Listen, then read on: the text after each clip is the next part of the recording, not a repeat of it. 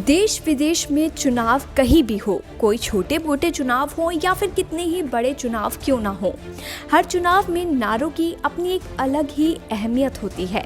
ये नारों की शक्ति ही है जो सरकार बनाती भी है और गिरा भी देती है। दरअसल किसी भी राजनीतिक दल के विचार क्या हैं, उसकी सोच कैसी है, क्या है, ये तमाम बातें नारों के जरिए ही व्यक्त की जाती हैं। उत्तर प्रदेश में चुनाव का सियासी पारा अपने चरम पर है।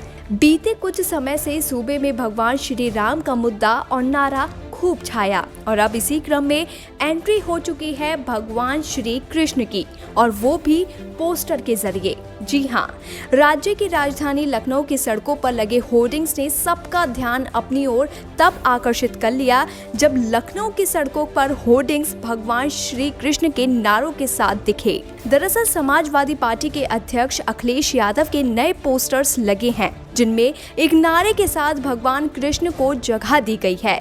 बता दें कि जिस पोस्टर ने सबका ध्यान अपनी ओर खींचा है, उस पर लिखा है कृष्णा कृष्णा हरे हरे, अखिलेश भैया घरे घरे। इस पोस्टर की दूसरी खास बात यह है कि ये पोस्टर मुख्यमंत्री आवास के चौराहे और लखनऊ के मुख्य चौराहों पर लगे हुए हैं। पोस्टर लगाना तो स्वाभाविक है, हर पार्टी का अधिकार भी है, लेकिन समाजवादी पार्टी की ओर से भगवान का नाम लिया जाना थोड़ा अजीब सा है, क्योंकि हमेशा से ही सपा का वोट बैंक मुस्लिम और यादव ही ज्यादातर रहे हैं। इसलिए इस तरह का नारा सीधा एक ओर ही इशारा कर रहा है।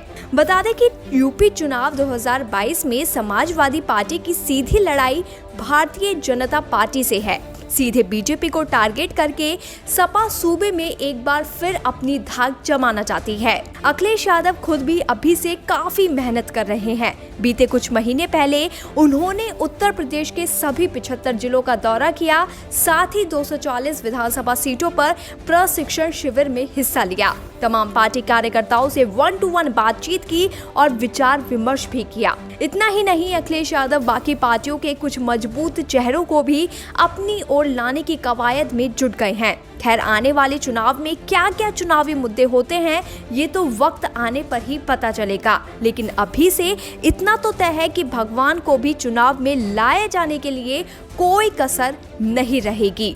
बीजेपी तो पहले से ही जय श्री राम के साथ आगे बढ़ रही है, तो वहीं अब समाजवादी पार्टी ने भगवान श्री कृष्ण को याद कर सूबे का सियासी पारा भी गरमा दिया है। जब साल 2012 में अखिलेश यादव की समाजवादी पार्टी चुनाव जीती थी, तब उसे 224 विधानसभा सीटें हासिल हुई थी, जिसके बाद चुनाव में जनता को भारतीय जनता पार्टी की रणनीति भाई और योगी आदित्यनाथ को बीजेपी ने मुख्यमंत्री बनाया। फिलहाल सपा 2022 चुनाव के लिए जी जान से मेहनत कर रही है।